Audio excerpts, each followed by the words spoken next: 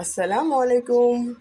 আজকে আমি শেয়ার করব একটা ভাজির রেসিপি। আর এই ভাজিটা তৈরি করার জন্য লাগবে আমার কিছু চিংড়ি মাছ, আর সবজির মধ্যে লাগবে হলো সিম আর কিছু আলু।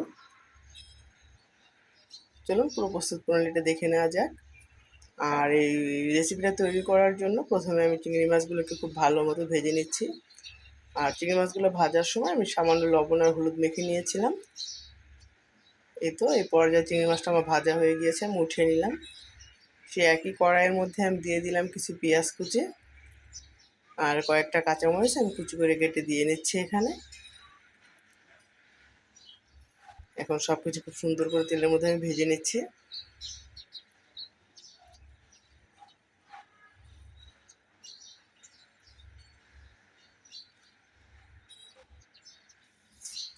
পেঁয়াজটা যখন পুরোপুরি ভাজা হয়ে যাবে এর মধ্যে আমি এখন একে একে সব মশলাগুলো অ্যাড করে দিব।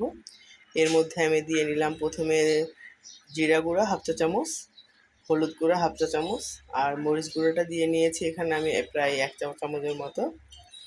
আর প্রায় 1.5 চা চামচ পরিমাণ দিয়ে নিচ্ছি আমি এখানে আদা রসুন বাটা।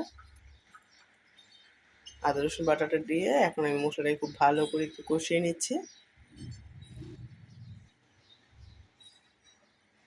মশলাটাকে কষানো হয়ে গেলে এর মধ্যে আমি এখন কেটে রাখা সিম আর আলুটা এখানে দিয়ে নিচ্ছি।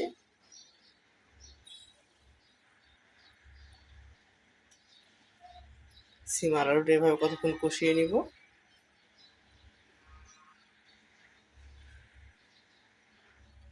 প্রায় 2-3 মিনিটের মতো এভাবে আমি সিম আর আলুটাকে কষিয়ে নিব।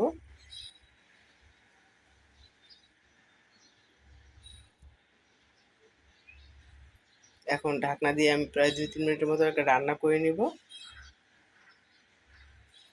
এই তো এখানে আর আমি কোনো এক্সট্রা পানি ইউজ করিনি, সিম আর আলু থেকে যে পানিটা ছেড়েছে সেই পানিটা দিয়ে আমি এটাকে রান্না করেছি। আর এই পর্যায়ে আমি চিংড়ি মাছগুলো এখানে দিয়ে নিলাম।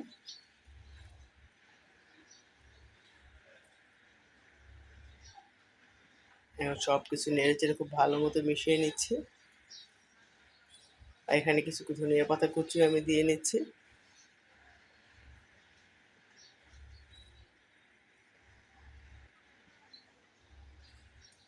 আর এই তো নামিয়ে নিলেই তৈরি হয়ে যাবে আমার মজাদার সবজি। আল্লাহ হাফেজ।